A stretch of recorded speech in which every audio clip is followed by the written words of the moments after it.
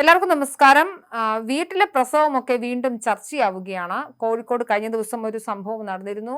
ഷറാഫത്തും അദ്ദേഹത്തിന്റെ ഭാര്യ അസ്ന ജാസ്മിനും ഗർഭകാല ചികിത്സ നേടി. പക്ഷേ ഒക്ടോബർ 28 പ്രസവ തീയതിക്ക് ആശുപത്രിയിൽ എത്തണമെന്ന് പറഞ്ഞു. എന്നാൽ പ്രസവവേദന അനുഭവപ്പെട്ടതിനാൽ ഇവർ വീട്ടിൽ തന്നെ തുടരുകയും പിന്നീട് പ്രസവിക്കുകയും ഉടൻ തന്നെ പ്രസവം നടക്കുന്ന സാഹചര്യത്തിൽ ഷറാഫത്ത് പുറത്തുപോയി ബ്ലേഡ് വാങ്ങി വന്ന് അതുപയോഗിച്ച് പുക്കൽക്കൊടി മുറിച്ചു മാറ്റുകയും ചെയ്യുന്നൊരു സാഹചര്യം ഉണ്ടായി. ഇതുമായി ബന്ധപ്പെട്ട് ഇതിനെ എതിർത്തും അനുകൂലിച്ച് നിരവധി ആളുകൾ വന്നു. ഇത്തരമൊരു സാഹചര്യത്തിൽ ഇതിൻ്റെ ഒരു ശാസ്ത്രീയ വശങ്ങൾ, പ്രസവം അത്ര ചെറിയ കാര്യമല്ല, മാത്രമല്ല ആശുപത്രിയിൽ പോയിരിക്കണം എന്നുള്ളതിന് എന്തുകൊണ്ട് പറയുന്നു എന്ന് കുറച്ച് ശാസ്ത്രീയ വസ്തുതകളൊക്കെ പറഞ്ഞ് നിങ്ങളോട് സംസാരിക്കാമെന്ന് വിചാരിക്കുന്നു. പല ആളുകളും എൻ്റെ ഉമ്മുമ്മ 12 എണ്ണത്തിനെ പ്രസവിച്ചു, അനിമൽസ് ഒക്കെ പ്രസവിക്കുന്നുണ്ടല്ലോ, അതൊക്കെ ആശുപത്രിയിൽ പോയിട്ടാണോ എന്ന് ചോദിക്കുന്നവർ ധാരാളമുണ്ട്. ആദ്യം മനസ്സിലാക്കേണ്ടത് 1947 ഇന്ത്യയിൽ മാതൃമരണ നിരക്ക് 1 ലക്ഷം പ്രസവത്തിൽ 2000 ആയിരുന്നു. ഇന്ന് അത് 97 ശിശുമരണ നിരക്ക് 1145 ആയിരുന്നു, അത് 28 കേരളത്തിൽ 1970 ശിശുമരണ നിരക്ക് 1056 ആയിരുന്നു, ഇപ്പോൾ അത് 6 മാത്രമാണ്. ഇതൊക്കെ എന്തുകൊണ്ട് സംഭവിച്ചു എന്ന് നിങ്ങൾ വെറുതെ ചിന്തിക്കുക.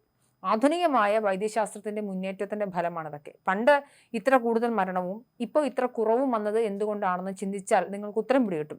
ഇനി എന്തുകൊണ്ട് വീട്ടുപ്രസവങ്ങൾ പാടില്ല എന്നുകൂടി മനസ്സിലാക്കേണ്ടതുണ്ട്. ഇതിനെക്കുറിച്ച് ഡോക്ടർ മനോജ് ബ്രൈറ്റ് എഴുതിയൊരു കുറിപ്പ് കൂടി, അതിലെ ഭാഗങ്ങൾ കൂടി നിങ്ങൾക്ക് മുന്നിൽ പങ്കുവെക്കുകയാണ്.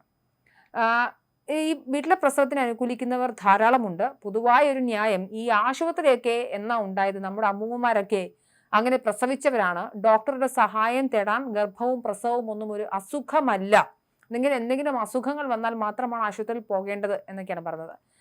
ഇതിനെക്കുറിച്ച് അദ്ദേഹം പറയുന്നത്, ശരാശരി 100 കിലോ ഭാരമുള്ള ഒരു പെൺകുരുല്ല 1.5 കിലോ തൂക്കമുള്ള കുഞ്ഞിനെ പ്രസവിക്കുമ്പോൾ, അതായത് ശരീരഭാഗത്തിന്റെ ഏകദേശം 1.5%, ശരാശരി 60 കിലോ തൂക്കമുള്ള ഒരു മനുഷ്യ സ്ത്രീ 3.5 കിലോയോളം തൂക്കമുള്ള കുഞ്ഞിനെയാണ് പ്രസവിക്കുന്നത്.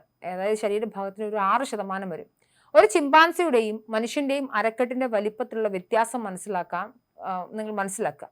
മറ്റൊരു ജീവിയും ഇത്ര വലിയ കുഞ്ഞിനെ പ്രസവിക്കുന്നില്ല. ഇത് പോട്ടെ, എന്നാൽ ഇത്ര വലിയൊരു ശിശുവിനെ, അതായത് ഏകദേശം 10 മാസം, ശരിക്കും പറഞ്ഞാൽ 267 ദിവസം ചുമന്ന് പിന്നീട് കുഴപ്പമൊന്നും കൂടാതെ പ്രസവിക്കാനും വേണ്ട സംവിധാനങ്ങളാണോ സ്ത്രീ ശരീരത്തിൽ ഉള്ളതെന്ന് പരിശോധിക്കേണ്ടതുണ്ട്.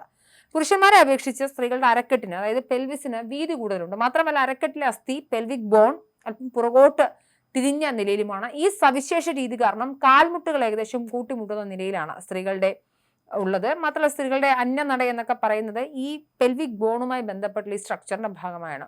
കാലുകൾക്ക് താരതമ്യേന നീളം കുറവായതുകൊണ്ടും ഇങ്ങനെ സംഭവിക്കും. ഇതിന്റെയൊക്കെ പ്രശ്നം എന്താണെന്ന് ചോദിച്ചാൽ സ്ത്രീകൾക്ക് ഓടാൻ പ്രയാസമാണെന്നതാണ്. ഇതെല്ലാം അതിശയോക്തിയാണെന്ന് കരുതുന്നവരുടെ ഒരു ചോദ്യം, സ്ത്രീകൾ ഓടുന്നത് നിങ്ങൾ ശ്രദ്ധിച്ചിട്ടുണ്ടോ? ഞാൻ ഈ അത്ലറ്റുകളെ കുറിച്ചും ചെറിയ പെൺകുട്ടികളെയും അല്ല ഉദ്ദേശിച്ച്, സാധാരണ ഒരു സ്ത്രീ ബസ്സിന് പിറകെയോ മറ്റോ ഓടുന്നത് ശ്രദ്ധിച്ചിട്ടുണ്ടോ എന്നാണ് ചോദ്യം. വനിതാ അത്ലറ്റുകളായിരിക്കുന്നത് അവർക്ക് രണ്ട് പുരുഷ പ്രകൃതി ഉള്ളത് കൊണ്ടാണ്. ചെറിയ പെൺകുട്ടികൾക്ക് മുകളിൽ പറഞ്ഞ പൂർണ്ണ സ്ത്രൈണ രൂപം വന്നിട്ടും ഉണ്ടാവില്ല. മിക്കവാറും സ്ത്രീകൾ ഓടിയാൽ മറിഞ്ഞു വീഴുന്ന ഒരു സാഹചര്യം പലപ്പോഴും നമ്മൾ കാണാറുണ്ട്. എന്തായാലും ഇപ്പോൾ ഉള്ളതിൽ കൂടുതൽ എന്തെങ്കിലും മാറ്റം വരുത്തിയാൽ സ്ത്രീകൾക്ക് ശരിക്കും നടക്കാൻ പോലും പ്രയാസമായിരിക്കും. പ്രസവത്തെ സഹായിക്കാനുള്ള ഈ അനുകൂലനങ്ങൾ ഉണ്ടായിട്ട് പോലും പ്രസവം സ്ത്രീകൾ വളരെ അപകടം പിടിച്ച ഒരു ഏർപ്പാടാണ്. ഈ പ്രശ്നത്തിന് പരിഹാരം, ഈ കുട്ടികളുടെ തല കുറച്ച് വലിപ്പമുണ്ട്. അപ്പം ഈ മസ്തിഷ്ക വളർച്ച പൂർണ്ണമാകുന്നതിന് മുൻപ് കുട്ടിയെ പ്രസവിക്കുക എന്നുള്ളതാണ് പിന്നെയുള്ളൊരു സാധ്യത. അങ്ങനെ പരിണാമപരമായി മസ്തിഷ്ക വളർച്ച എത്തുന്നതിന് മുന്നേ കുട്ടിയെ പ്രസവിക്കുന്ന രീതിയിലാണ് മനുഷ്യന്മാരിലുള്ളത്.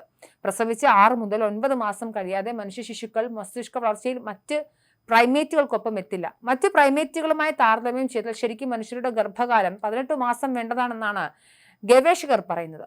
പ്രസവശേഷമുള്ള വളർച്ചയിലും മനുഷ്യർ പുറകിലാണ്. ചിമ്പാൻസി 10 വയസ്സിലും ഗൊറില്ല 7 വയസ്സിലും പ്രായപൂർത്തിയാകുമ്പോൾ മനുഷ്യനത് 16 മുതൽ 17, 18 വയസ്സാണ്. ഒരുപക്ഷെ പരസഹായം കൂടാതെ പ്രസവിക്കാൻ സാധിക്കാത്ത ഏക ജീവി മനുഷ്യനായിരിക്കും. മറ്റ് പ്രൈമേറ്റുകൾ ഒറ്റയ്ക്കാണ് പ്രസവിക്കുക.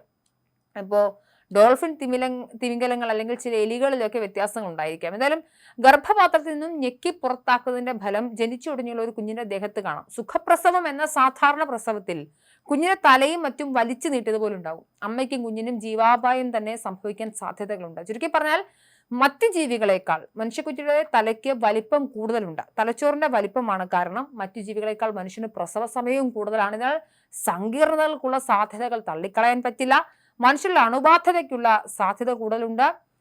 ഈ പ്രസവാനന്തര ചികിത്സ എന്ന് തന്നെ മനുഷ്യന് വേണ്ടുന്ന തന്നെ ഈ പരിചരണം അമ്മയ്ക്കും കുഞ്ഞിനും വേണ്ടുന്നതിന്റെ ആവശ്യം ഇതുകൊണ്ടാണ്. മറ്റു ജീവികളെക്കാൾ പൂർണ്ണ വളർച്ച കുറവാണ് മനുഷ്യക്കുഞ്ഞിന്. അതുകൊണ്ട് വളരെ ശ്രദ്ധിച്ച് വേണം കുട്ടികളെ ഹാൻഡിൽ ചെയ്യാൻ. മസ്തിഷ്ക വളർച്ച പോലും ജനിച്ചതിന് ശേഷമായി നടക്കുന്നത് ഞാൻ പറഞ്ഞല്ലോ. ഈ അമ്മൂമ്മ പണിയെടുത്തുകൊണ്ടിരിക്കുമ്പോൾ പ്രസവ വേദന വന്നു, ചുമ്മാ പോയി പ്രസവിച്ചു എന്നൊക്കെ ഗീർവാണം മുടക്കുന്നവർ മനസ്സിലാക്കാത്ത കാര്യമാണ്. പ്രസവം വളരെ അപകടം പിടിച്ചതാണ്. മെറ്റേണൽ മോർട്ടാലിറ്റി റേഷ്യോ നോക്കിയാൽ ടോപ്പായി നിൽക്കുന്ന ഒരു രാജ്യം 1,00,000 പ്രസവത്തിന് 1360 മരണവുമായി സിയറ ലിയോൺ 1-ാം സ്ഥാനത്താണ്. ഇത് നാച്ചുറൽ അവസ്ഥയെ കണക്കാക്കാം. ഏറ്റവും കുറവ് 1,00,000 പ്രസവത്തിന് വെറും 8 മരണവുമായി ഫിൻലാൻഡുമുണ്ട്. ഇനി life time risk of maternal death നോക്കാം. അതായത് ജീവിതകാലത്ത് പ്രസവത്തോടനുബന്ധിച്ച് മരിക്കാനുള്ള സാധ്യത. ചാഡ് എന്ന് പറയുന്ന സ്ഥലത്ത് ഇത് 15-ൽ 1 വീതമാണ്. ഏറ്റവും കുറവ് ഫിൻലാൻഡിൽ തന്നെയാണ്, 20,000-ൽ 1 മാത്രം.